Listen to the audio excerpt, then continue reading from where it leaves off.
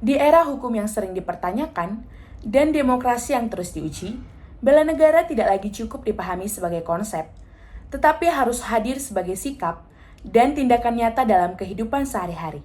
Assalamualaikum warahmatullahi wabarakatuh. Shalom, Om Swastiastu, Namo Buddhaya, Salam Kebajikan. Saya, Natasha Jira Yosepin Simatupang, dengan NPM 240710101115 dari kelas G102 Bela Negara, Fakultas Hukum Prodi Ilmu Hukum, akan menjelaskan artikel saya yang berjudul Peran Mahasiswa Hukum dalam Mengaktualisasikan Nilai-Nilai Bela Negara di Era Demokrasi Konstitusional. Demokrasi konstitusional di Indonesia menempatkan Undang-Undang Dasar 1945 sebagai hukum tertinggi yang mengatur kekuasaan negara, perlindungan hak asasi manusia, dan mekanisme demokrasi.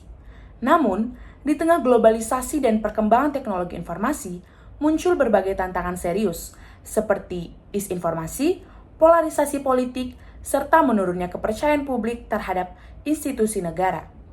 Kondisi ini menuntut peran aktif warga negara yang tidak hanya cerdas secara intelektual, tetapi juga memiliki kesadaran konstitusional dan komitmen kebangsaan yang kuat.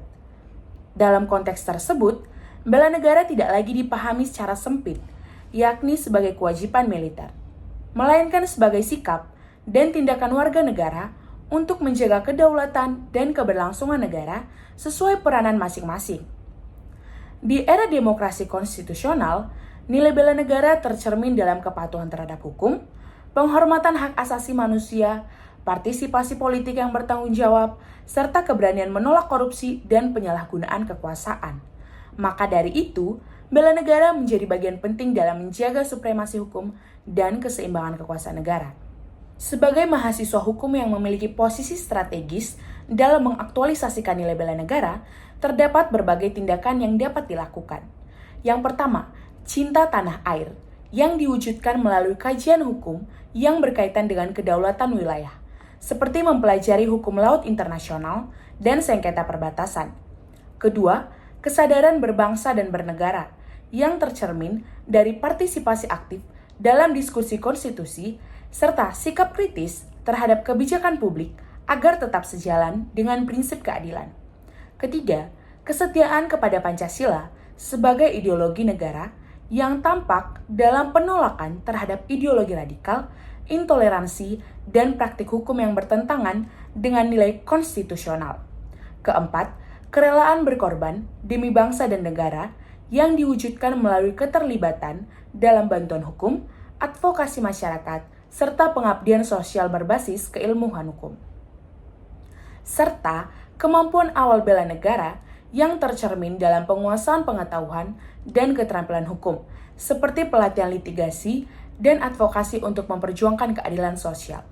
Selain itu, mahasiswa hukum juga dituntut memiliki integritas moral dengan menolak praktik korupsi, intoleransi, dan penyalahgunaan hukum, serta berani mengawasi jalannya pemerintahan sesuai prinsip konstitusi untuk mencegah penyalahgunaan kekuasaan. Dalam penerapan nilai-nilai di atas, mahasiswa hukum menghadapi berbagai tantangan, seperti pemahaman yang keliru tentang bela negara, apatisme politik, minimnya ruang partisipasi kritis, serta pengaruh media sosial yang memicu disinformasi hukum. Oleh karena itu, diperlukan kolaborasi antara perguruan tinggi dan negara untuk memperkuat pendidikan bela negara yang kontekstual dan berbasis kesadaran hukum.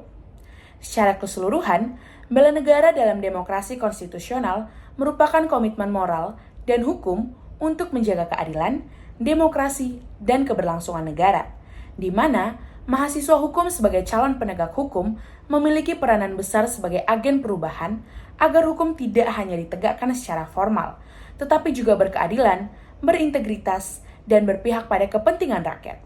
Maka dari itu, mari kita jadikan bela negara sebagai tindakan nyata dalam kehidupan akademik dan sosial, agar hukum tetap berpihak pada keadilan dan demokrasi konstitusional terus terjaga. Sekian dari saya, terima kasih.